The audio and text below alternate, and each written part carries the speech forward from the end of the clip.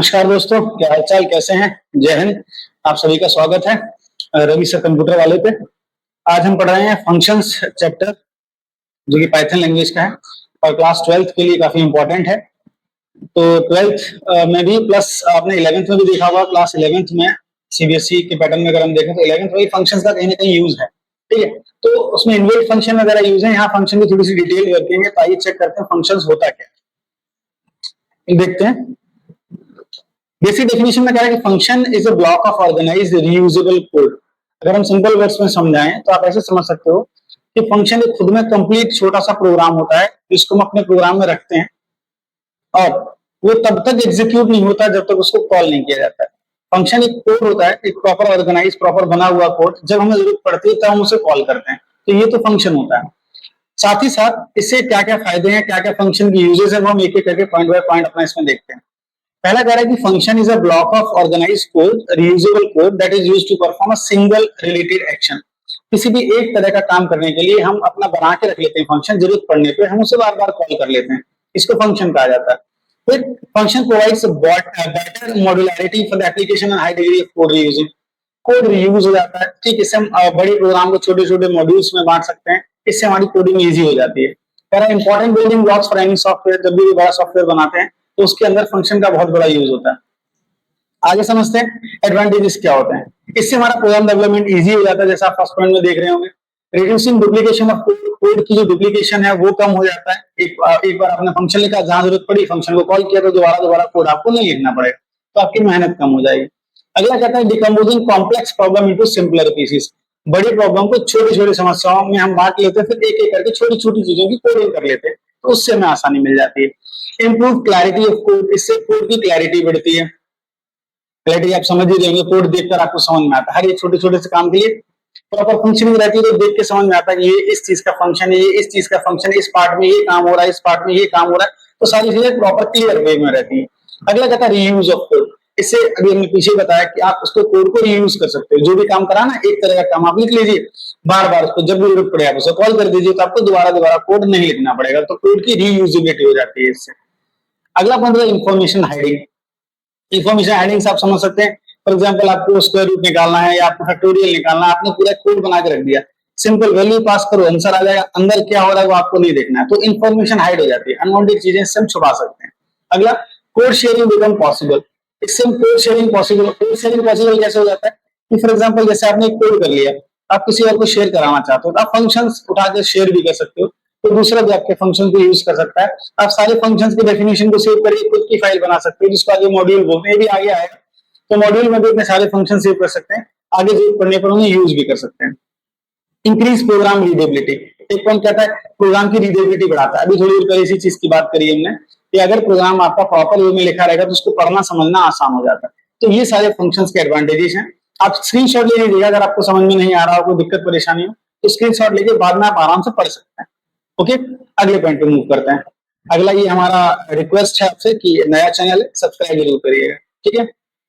आगे देखते हैं टाइप्स ऑफ फंक्शंस। फंक्शंस कितने प्रकार के होते हैं?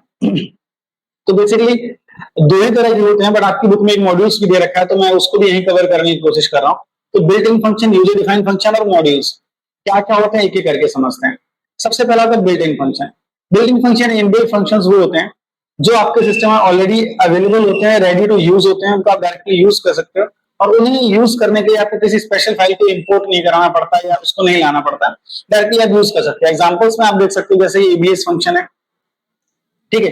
यहाँ पर आप देखिए ये हमारा एबीएस फंक्शन है, मैक्स फंक्शन है, मिन फंक्शन है, प्रिंट है, इनपुट है, ये सब इनबिल्ट फंक्शन, लैन है, रेंज है, ये सारे फंक्शन हमारे इनबिल्ट फंक्शन है। डायरेक्टली यूज करिए सीधा सीधा, इनके लिए आपको कोई भी चीज आगे करके मतलब कोई फाइल वगैरह इंपोर्ट नहीं करानी पड़ती। नेक्स्ट पार्ट होता है हमारा user defined function. User defined function एक खुद में कंप्लीट अच्छा टॉपिक है, इससे काफी क्वेश्चंस आते हैं सीबीएसई बोर्ड एग्जाम में। तो जहां यूजर अपनी नीड के अकॉर्डिंग अपना खुद का फंक्शन लिखता है, उसको हम लोग यूजर डिफाइंड फंक्शन बोलते हैं। सिंपल सी बात ये कि यूजर डिफाइंड फंक्शन में कहानी क्या क्या हो सकती है कि हमें जो भी काम करना है वो हमें पता होना चाहिए, उससे रिलेटेड हम कोड लिख देते हैं, भविष्य में जरूरत पड़ेगी तो उसी कोड को हम दोबारा यूज कर लेंगे। तो ये सब काम हम यूजर डिफाइंड फंक्शन में करते हैं। तो यूजर डिफाइंड फंक्शन कैसे बनाया जाता है, तो उसके लिए कीवर्ड होता है डेफ। डेफ कीवर्ड हम सबसे स्टार्टिंग में लिखते हैं। इस डेफ कीवर्ड के साथ साथ ये पैरेंथेसिस लगाए जाते हैं क्योंकि फंक्शन बताता है, यहाँ से फंक्शन की डेफिनेशन स्टार्ट हो रही है, और जो भी काम हमें करना होता है फंक्शन में, एक उसको ब्लॉक में देते हैं। और ब्लॉक आपको पता है, ये पाइथन हम लोगों ने 11th में पढ़ा था, इंडेंटेशन के द्वारा ब्लॉक क्रिएट होते हैं। सेम कोड द्वारा इंडेंट कर देंगे तो वो ब्लॉक क्रिएट हो जाता है। तो जैसे हम यूजर डिफाइंड फंक्शन बनाते हैं तो डेफ कीवर्ड लिखते हैं, फंक्शन का नाम लिखते हैं, पैरेंथेसिस बनाते हैं, उसके बाद कॉलन साइन देते हैं, और फिर जो भी हमें कोडिंग करनी होती है वो कोडिंग कर देते हैं। कैसे बनाते हैं वो हम आगे एग्जांपल में दिखाते हैं आपको। फॉर एग्जांपल यहाँ देखिए, अभी ये आपका एक फंक्शन है जिसका नाम में चेक रखा हुआ है, तो अब डेफ कीवर्ड लगाया तो मतलब हम खुद बना रहे हैं।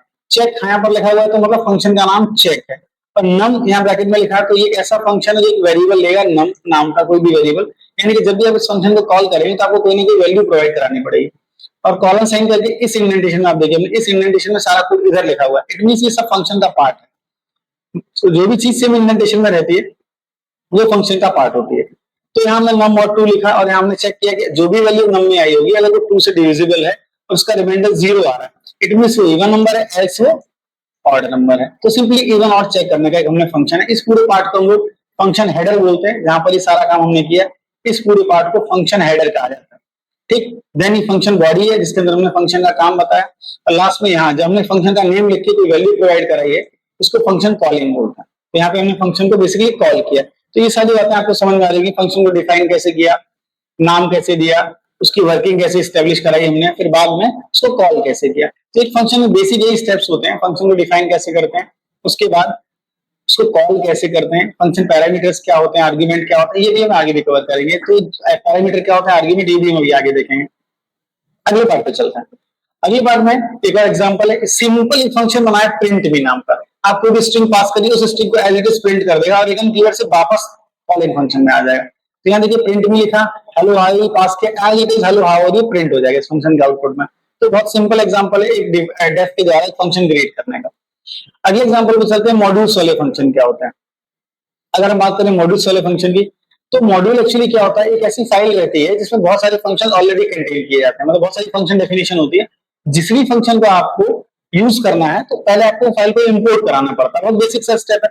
फॉर एग्जांपल जैसे यहाँ देखिए, अगर हमको मैथ्स का फंक्शन चाहिए तो एक पाइथन के अंदर इनबिल्ट मॉड्यूल है मैथ का, हम सिंपल लिख देते हैं इंपोर्ट मैथ्स, तो मैथ नाम का मॉड्यूल इंपोर्ट हो जाता है। जब मैथ वाला मॉड्यूल इंपोर्ट हुआ तो सिंपली हम जो भी फंक्शन यूज करना चाहें वो डॉट लगा के कॉल कर सकते हैं। फॉर एग्जांपल हमने यहाँ पर कॉल किया मैथ डॉट एसक्यूआरटी, इससे क्या होगा, एसक्यूआरटी फंक्शन कॉल हो जाएगा, स्क्वायर रूट।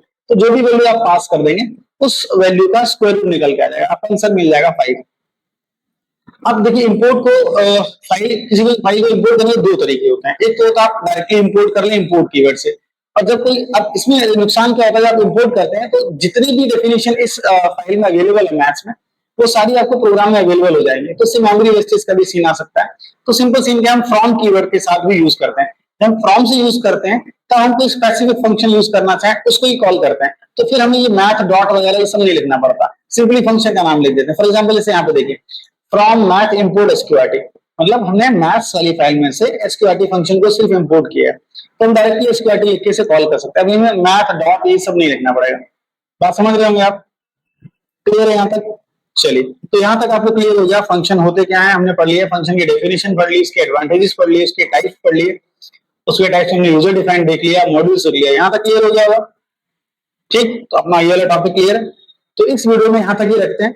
नेक्स्ट जो थोड़ा सा अभी पार्ट बाकी है, फंक्शन में काफी पार्ट बाकी है, तो उसको हम नेक्स्ट वीडियो में कवर करेंगे, नहीं तो फिर वीडियो बहुत बड़ा हो जाता है। तो आज के लिए इतना ही रखते हैं, फिर कभी नेक्स्ट वीडियो मिलेंगे। तब तक आप चैनल देख रहे हैं, सब्सक्राइब जरूर करिए, अपने दोस्तों को भी बताइए और इस चैनल को जितना हो सके सब्सक्राइब कराइए। मिलते हैं नेक्स्ट वीडियो में। जय हिंद।